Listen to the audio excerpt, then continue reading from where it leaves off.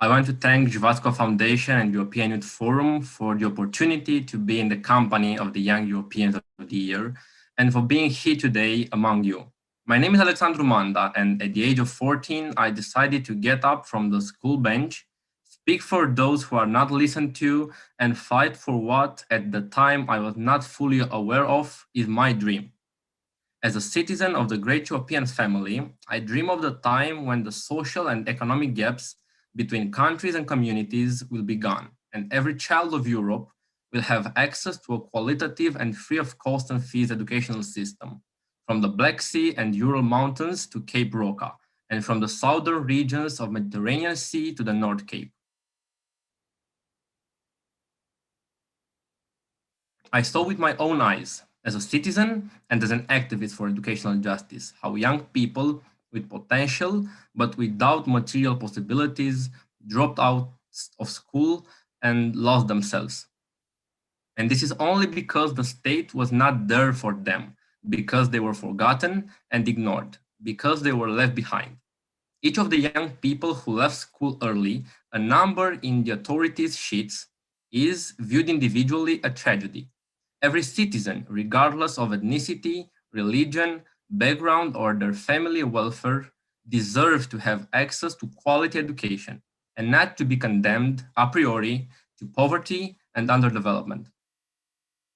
I started as a school student representative in my hometown Constanța, where I founded the first independent school students association in Romania.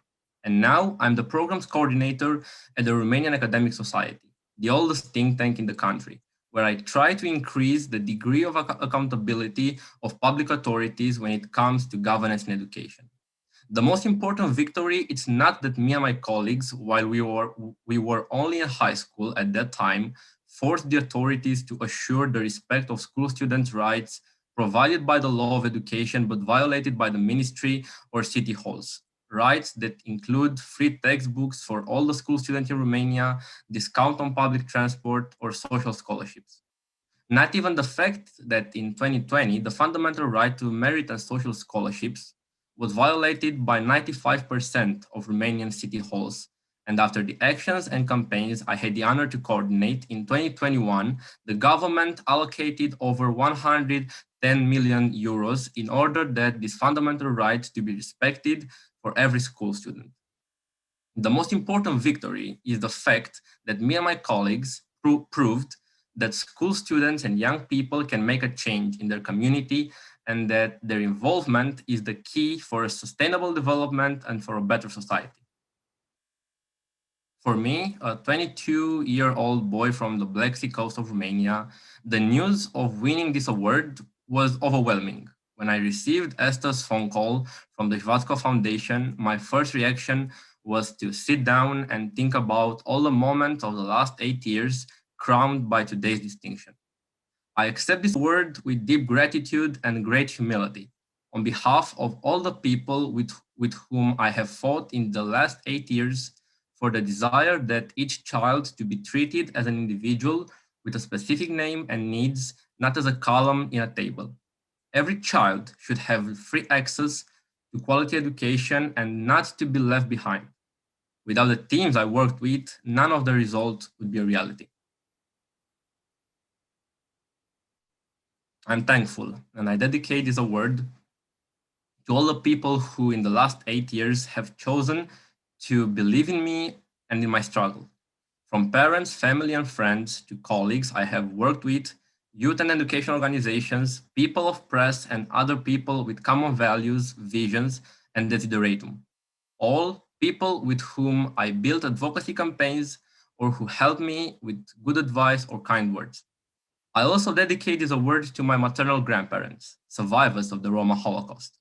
I grew up with stories of my grandparents of the experience of their deportation in the concentration camps of Transnistria, and remembering their abnegation and their power to hope motivate me in every day of my life, and especially in the work field as an activist for a better educational system.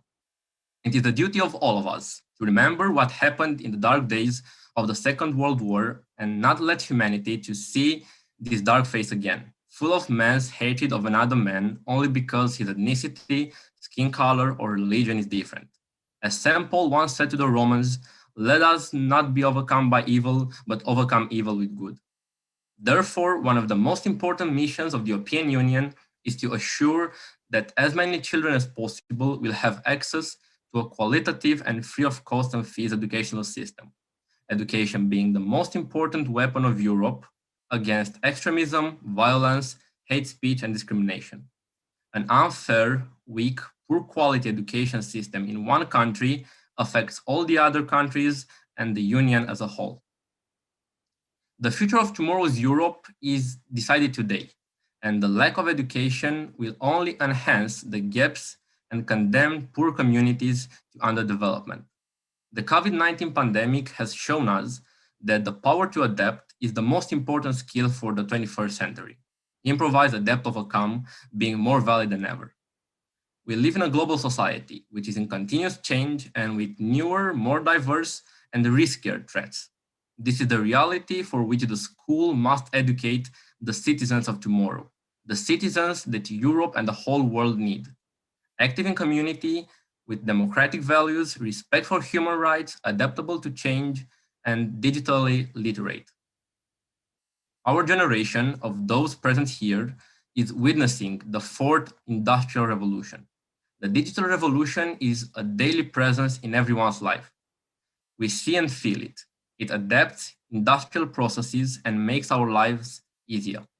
But the digital revolution also comes with a major risk, widening the gap between educated people and those without access to learning.